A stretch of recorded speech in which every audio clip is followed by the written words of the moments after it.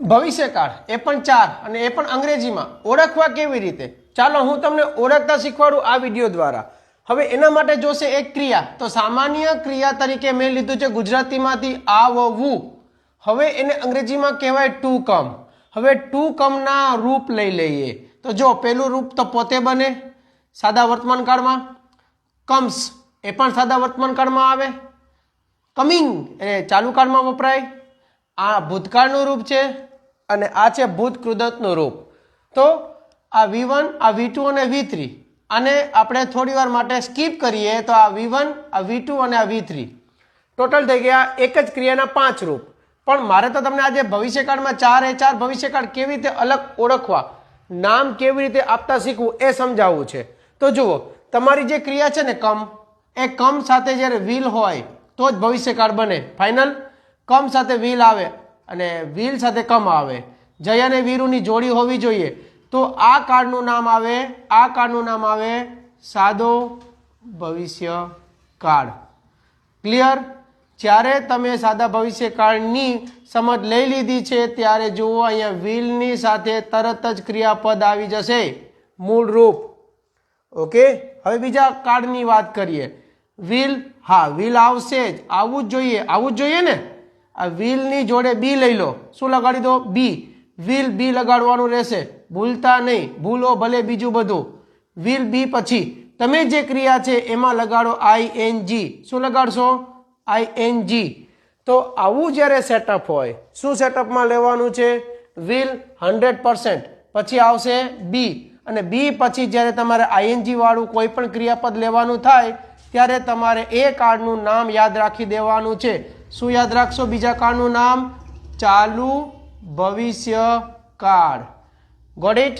અહીંયા સુધી જો વિડીયો જોયો હોય તો હવે 50% કામ પત્યું. હવે જુઓ, વિલ તો આવશે જ, વિલ આવશે.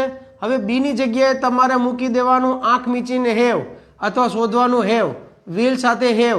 હવે જ્યારે હેવ આવે છે ત્યારે ત્રીજા સ્થાને વિલ પહેલું, હેવ બીજું, ત્રીજા સ્થાને ત્રીજું રૂપ. કયું રૂપ? ત્રીજું રૂપ ભૂત કૃદંત.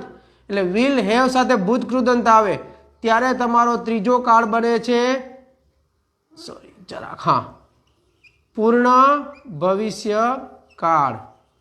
Got it? પૂર્ણ ભવિષ્યકાળ. હવે અંતિમ પડાવમાં આવી ગયા. અંતિમ પડાવમાં જુઓ, વિલ તો આવશે જ, આ હેવને નીચે ઉતારો. ઓકે, નવું શું લગાડ્યું? બીન. શું લગાડ્યું? બીન. વિલ હેવ બીન સાથે ING. 1 2 3 4 આ જ્યારે 4 શબ્દો તમને જોવા મળે ત્યારે બનશે ચાલુ પૂર્ણ ભવિષ્યકાળ. શું યાદ રાખશો? શું યાદ રાખશો? ચાલુ પૂર્ણ ભવિષ્યકાળ. આ થઈ ગયો ચોથો કાળ. તો ક્વિક રિવિઝન મારીએ, ક્વિક રિવિઝન મારીએ જલ્દીથી. વિલ તો 4 માં આવે છે, હા યા ના? વિલ તો આવશે જ ને. વિલ એટલે ભવિષ્યકાળ. ઓકે, હવે જો ક્રિયાપદનું મૂળ રૂપ લ્યો તો સાદો ભવિષ્યકાળ. જો એ ક્રિયાપદમાં ING લગાડો અને ING ની બાજુમાં ડાબી બાજુ જો તમે બી મૂકી દો છો તો બનશે ચાલુ ભવિષ્યકાળ. હવે જુઓ, બીને હટાવી દો, ત્યાં તમે હેવ લગાડ્યું એટલે વિલ હેવ તો આવશે જ. હવે વિલ હેવની સાથે ક્રિયાપદનું ત્રીજું રૂપ ભૂત કૃદંતનું રૂપ, ભૂત કૃદંતનું રૂપ તો બને પૂર્ણ ભવિષ્યકાળ. હવે પૂર્ણ ભવિષ્યકાળ પછી જ્યારે વિલ હોય, ઓકે, બી હોય, સોરી બી નહીં, સોરી વિલ હોય, વિલ પછી હેવ આવે, હેવ પછી બી નું બની જાય બિન, એટલે વિલ હેવ બીન. અમર અકબર એન્થન આ 3 તો આવશે જ, સાથે સાથે ટિંગ ટિંગ ટિંગ ING.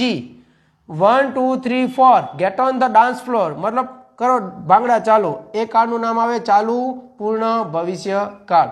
વિડીયો ક્યાંથી જુઓ છો? લોકેશન અવશ્ય જણાવજો. વિડીયો સાથે સહેમત હો તો યસ લખજો અને શેર કરવાનું, ચાલો એ રહેવા દેજો, શેર ન કરજો. I want to reach up to many people, but જોઈ લેશો. ચાલો, થેન્ક યુ. જય હિન્દ.